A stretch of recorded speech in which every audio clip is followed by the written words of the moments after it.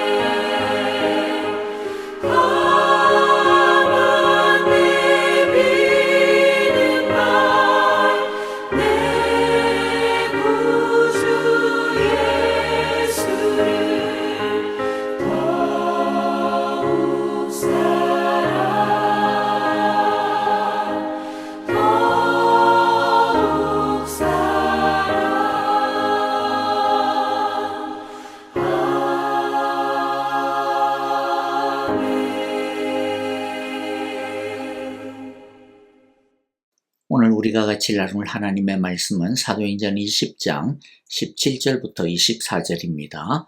한 절씩 같이 읽겠습니다. 바울이 밀레도에서 에베소로 사람을 보내어 교회 장로들을 불렀다.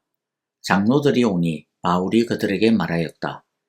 여러분은 내가 아시아에 발을 들여놓은 첫날부터 여러분과 함께 그 모든 시간을 어떻게 지내왔는지를 잘 아십니다. 나는 겸손과 많은 눈물로 주님을 섬겼습니다. 그러는 가운데 나는 또 유대 사람들의 음모로 내게 덮친 온갖 시련을 겪었습니다. 나는 또한 유익한 것이면 빼놓지 않고 여러분에게 전하고 공중 앞에서나 각 집에서 여러분을 가르쳤습니다. 나는 유대 사람에게나 그리스 사람에게나 똑같이 회개하고 하나님께로 돌아올 것과 우리 주 예수를 믿을 것을 엄숙히 정언하였습니다. 보십시오. 이제 나는 성령에 매여서 예루살렘으로 가는 길입니다. 거기서 무슨 일이 내게 닥칠지 나는 모릅니다. 다만 내가 아는 것은 성령이 내게 일러주시는 것뿐인데 어느 도시에서든지 투옥과 환란이 나를 기다리고 있다는 것입니다. 그러나 내가 나의 달려갈 길을 다 달리고 주 예수께 받은 사명, 곧 하나님의 은혜의 복음을 증언하는 일을 다 하기만 하면 나는 내 목숨이 조금도 아깝지 않습니다. 아멘. 아수에서 배를 탄 바울은 이제 예루살렘의 오순절까지 도착하려고 합니다. 그래서 그는 최대한 서두릅니다. 주 안에서 뜻이 명확해지자 그는 조금도 망설임이 없습니다. 이처럼 우리의 삶에 있어서도 망설임과 혼돈스러움이 없으려면 나의 결정에 대한, 내 삶의 방향에 대한 하나님의 뜻이 명확해야 합니다. 그런데 많은 사람들이 오해를 하는 게 있습니다. 하나님의 뜻이 명확하고 하나님의 인도하심이 있으면 아주 평탄할 거야, 아주 문제가 없을 거야, 이렇게들 많이 오해를 합니다. 그러나 그것은 진짜 오해입니다. 지금 바울도 예루살렘에 오순절까지 가는 것은 하나님의 뜻이 분명하죠. 그러나 그렇게 분명한 하나님의 뜻이고 인도하심임에도 불구하고 그 길은 그 어떤 때보다 더 험난한 고난의 길이고 투옥의 길이고 죽음의 길이 될 것입니다. 하지만 그럼에도 불구하고 바울은 그 여정이 하나님의 뜻이요 인도하심임을 확신하였습니다. 쉽고 편하고 성공하는 길, 그게 하나님의 뜻과 하나님의 인도하심에 대한 판단의 근거가 될 수가 없습니다. 그것을 근거로 삼으면 안 됩니다. 오히려 하나님의 뜻이요 인도하심을 확신하기에 어려움이 찾아오면 그것은 우리의 믿음을 시험하는 영적 싸움이다 라고 하는 것을 우리는 분명히 알아야 됩니다. 그래서 물러서면 안 됩니다. 포기하면 안 됩니다. 낙심하면 안 됩니다. 두려워하지 말아야 합니다. 힘들어도 나아가야 합니다. 그러므로 다시 강조하지만 달려가기 전에 우리에게 꼭 필요한 시간이 겟세마네의 시간입니다. 바울의 앗소로 가는 둘레길의 시간입니다. 하나님과 깊은 교제의 시간이 필요하고 나의 품은 뜻, 주님의 뜻같이 되게 하는 시간이 필요한 것이죠. 앗소에서 배를 탄 바울 일행은 에베소를 지나쳐 밀레도에 도착을 합니다. 성경은 바울이 왜 에베소를 지나쳤는지에 대해 알려주는데요. 16절에 보니까 이런 행로를 취한 것은 바울이 아시아에서 시간을 허비하지 않으려고 에베소에 들르지 않기로 작정하였기 때문이다. 그는 할 수 있는 대로 오순절까지는 예루살렘에 도착하려고 서둘렀던 것이다. 하지만 바울은 에베소 성도들과 어떻게든 마지막 시간을 가지려고 애를 씁니다. 그래서 에베소에 들리지는 않지만은 밀라도에까지 에베소 교회의 장로들이 좀 오라고 그렇게 요청을 하죠. 에베소 교회 장로들을 만난 바울은 장로들에게 자신의 심경을 전합니다. 우리는 이것을 흔히 바울의 고별 설교라고 별명을 붙여서 부릅니다. 그래서 교회에서는 여러 은퇴 예배 때 많이 사용되고 은퇴패에도 이 성경 구절, 특히 24절 말씀을 많이 사용하게 됐죠. 사도 바울의 설교는 두 부분으로 나누어지는데요. 첫 부분은 오늘 우리가 함께 보는 내용인데 18절부터 24절의 내용이고요. 두 번째 부분은 25절부터 38절의 내용입니다. 18절부터 24절의 내용은 사도 바울이 자신이 어떻게 사역을 했는가라고 하는 것을 회고하는 것이 주를 이루고 25절부터 38절의 내용은 장로들에게 어떻게 사역을 해야 되는지에 대한 영적 지도자로서의 섬김의 강의의 내용입니다. 18절부터 24절까지의 사도 바울의 회고의 핵심을 짚자면 24절 말씀처럼 자신은 열심히 달렸다라고 하는 것입니다. 나의 달려갈 길을 다 달리고. 자, 그래서 오늘은 사도 바울이 어떻게 이때까지 달려왔는지, 그리고 그것을 통해 우리는 어떻게 달려가야 하는지에 대한 교훈을 나누었으면 합니다. 우리도 사도 바울처럼 잘 달리고 싶죠. 어떻게 해야 그러면 사도 바울처럼 저렇게 당당하게 고백을 할 수 있을까요? 자, 첫째는 겸손으로 달려가야 합니다. 19절 보니까 나는 겸손과 많은 눈물로 주님을 섬겼습니다. 그러는 가운데 나는 또 유대 사람들의 음모로 내게 덮친 온갖 시련을 겪었습니다. 자, 19절을 원어에 맞게끔 조금 직역을 하면요. 유대인들의 온갖 모함으로 인한 시련에도 불구하고 모든 겸손과 눈물로 주님을 섬겼습니다.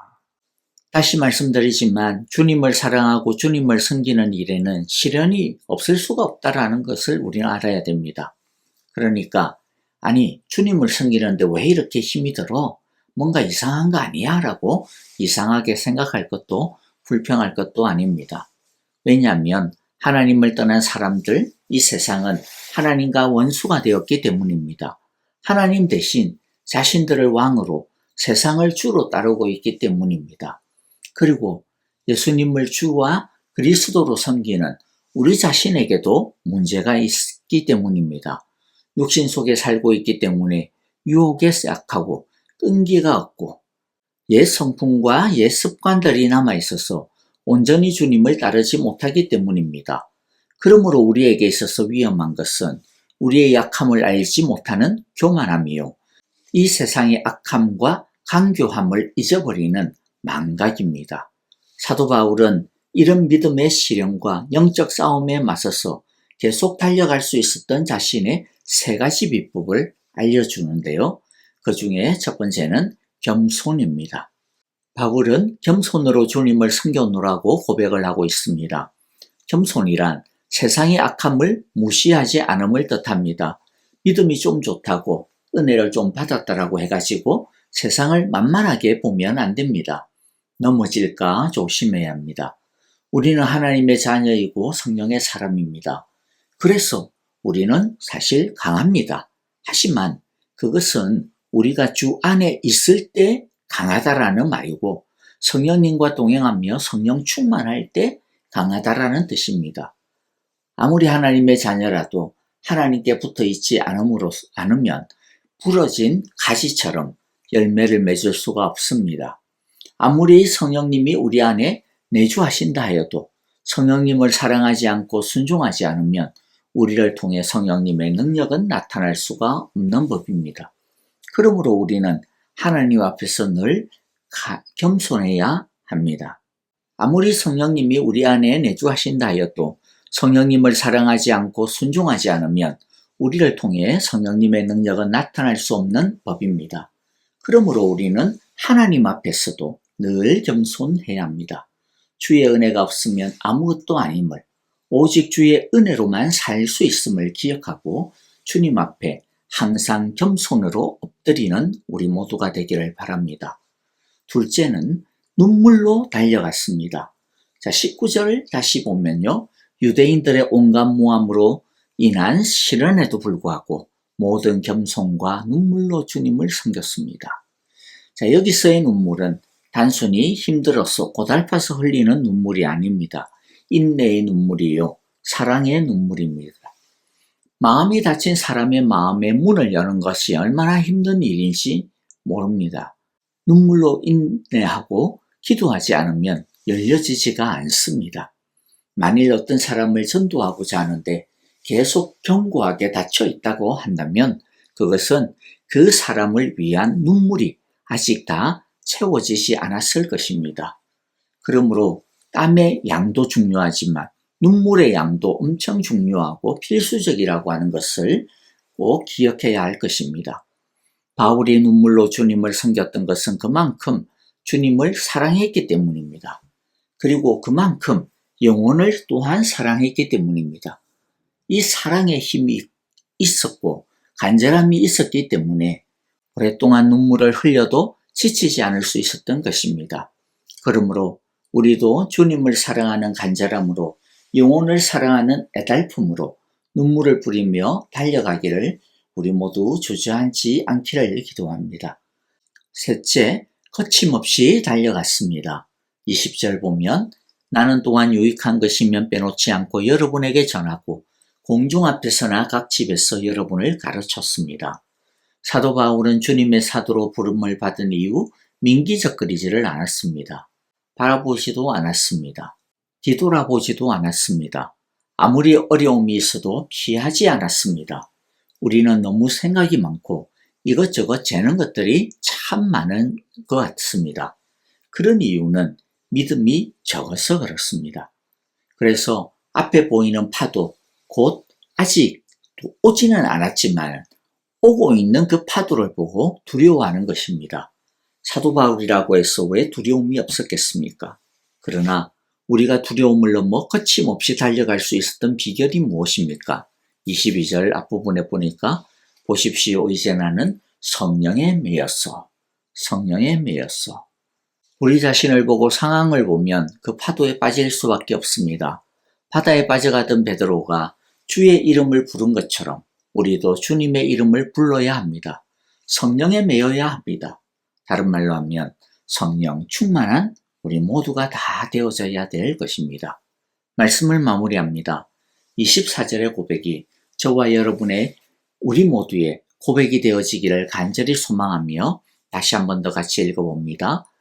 그러나 내가 나의 달려갈 길을 다 달리고 주 예수께 받은 사명 곧 하나님의 은혜의 복음을 증언하는 일을 다 하기만 하면 나는 내 목숨이 조금도 아깝지 않습니다.